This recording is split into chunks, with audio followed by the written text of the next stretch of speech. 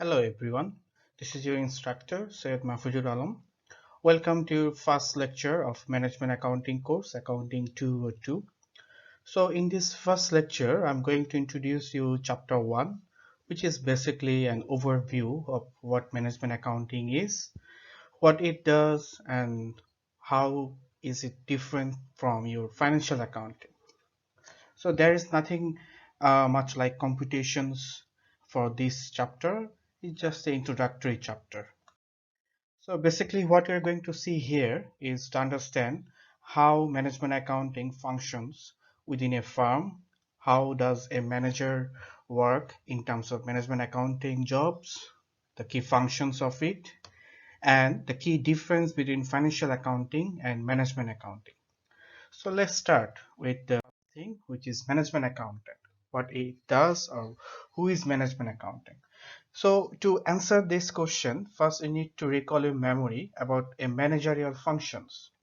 We probably have seen this in other management course, so that applies same here, but in different contexts. So a manager has basically four functions, or you can summarize them into three functions: planning, directing, motivating, and controlling. So in all of these three functions, a management accounting has a role to play. For example, in planning, a management accountant sets the budgets, sets the goals. For example, when you're going to set your objectives.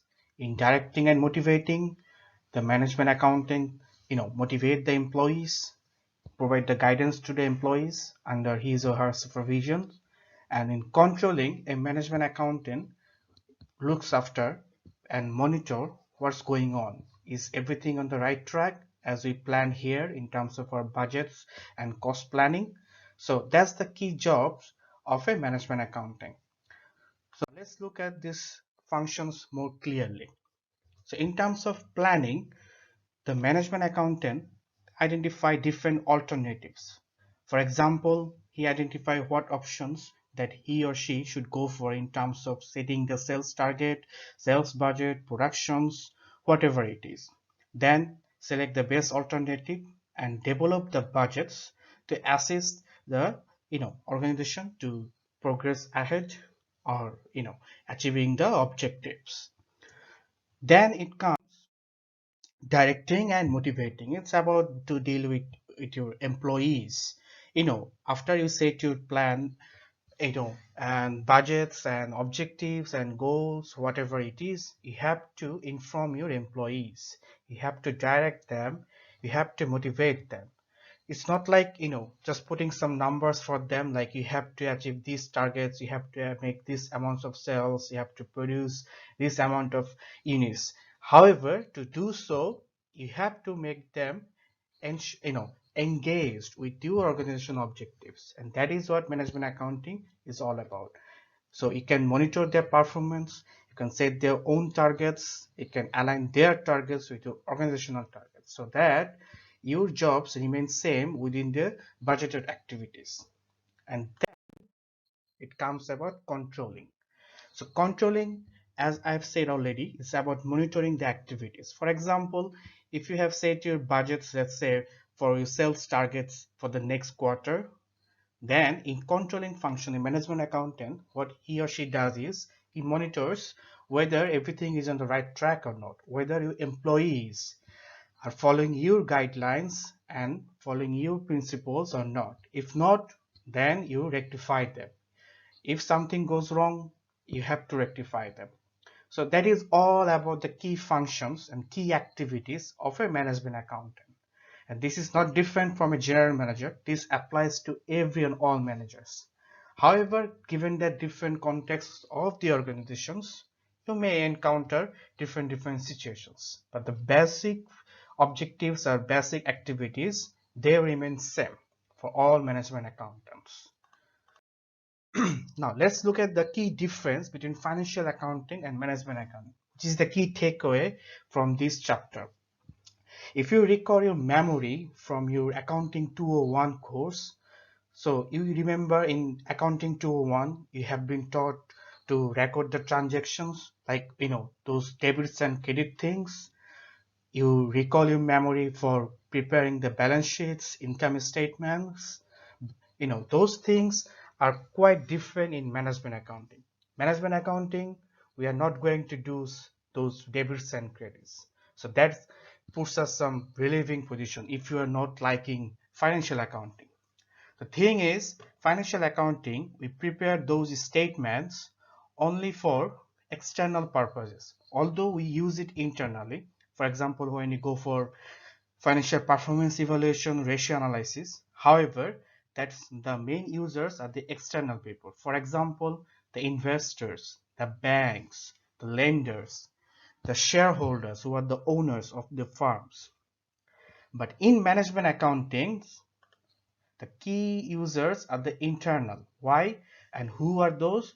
First of all, we prepare management accounting activities, as I've mentioned, like budgets or cost schedules for internal users who plan and control the organization. That means the big bosses, the managers, the directors. For example, you don't publish your budgets, production budgets or sales budgets to publicly. We just keep them within the firm so that we as a manager, we understand what to do, how to achieve our objectives. So this makes this the management accounting quite different than financial accounting. Now another key area of difference is time focus, which is key thing to understand. Again, recalling your memory from financial accounting, when you recorded a transaction, let's say debits or credits, how did you record or what did you record? You record something after something has happened or something happened. For example, you made a sale. So you put something on debits, you put something on credit. But in finance management accounting, we're not going to do so. We're going to focus on future perspectives. So that means, as I've said already, sales budget is for the future. Production budget is for the future. Cost planning, how much cost you have to keep yourselves to produce something, to undertake some activities. So that is more like future oriented. So we are not going to focus on what has already happened. Now these are the two main differences between financial and management accounting. In addition, we have verifiability versus relevance. What it's saying is, since financial accounting focuses on historical transactions, so it has to be verified. That means every transaction must adhere or must be in line with what actually happened. But in management accounting, we are focusing more on planning and control because we are focusing on the future activities. So therefore, we plan and then we control. Precision versus timeliness, as I've said already, verifiability, since it is based on historical transactions, so it has to be precise. But in management accounting, we focus on timeliness, like what we are going to achieve in the future days. In terms of subject, as I've said, primary focus is on the whole organization. For example, you prepare balance sheets for the whole organization. Balance sheets are not for any specific department. So every department, whatever they do, they prepare everything for the whole organization. If you look at any company's financial statements, which you have already perhaps, they prepare the financial statements for the whole organization. But in management accounting, we prepare them segment. For example, as I've said, sales are just for the sales department. Productions are just for the productions department. So we separate them out. Now another key thing here is GAAP. What is GAAP? Generally accepted accounting principles. So these are the, country to country varies, different jurisdictional rules of recording transactions. So for example, in accounting, especially in financial accounting, of course, when you record a transaction, you must have to follow some rules. But in management accounting, no need to follow any rules. So we have freedom. So nobody gonna ask you why I have set this budget as this percentage. So it's based on our assumptions, our estimations, our evaluations. So we have quite freedom here. And finally, the requirement, the financial accounting, of course, is a mandatory requirement. It's a statutory requirement that you have to make your statements publicly available. You have to prepare balance sheets. But in management accounting, it's not mandatory.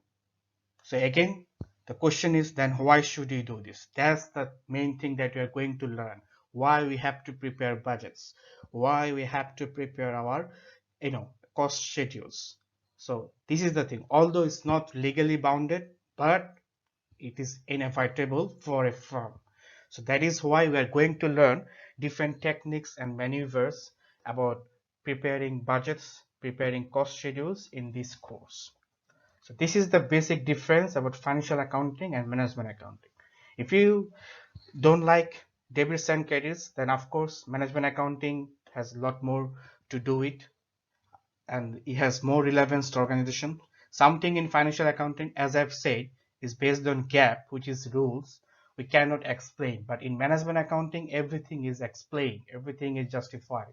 You're gonna understand each and every corner of this, management accounting.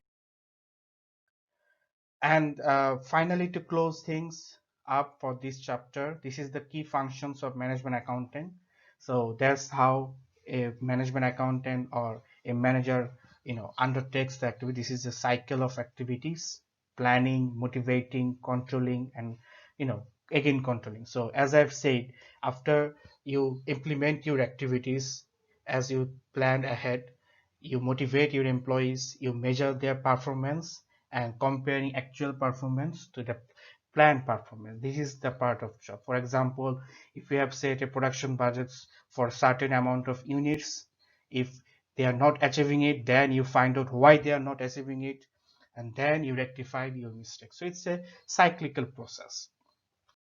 So that's the thing about this chapter overview. So all you need to understand is we are going to undertake this course as a very basic level to give you an idea about what management accounting is.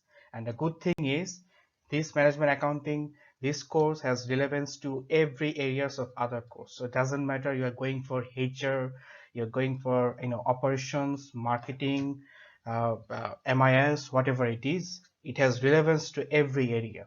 So therefore, I request you to get engaged with this course. And this is your key textbook, which we are going to follow for this course. Mostly you are going to see some homework from here.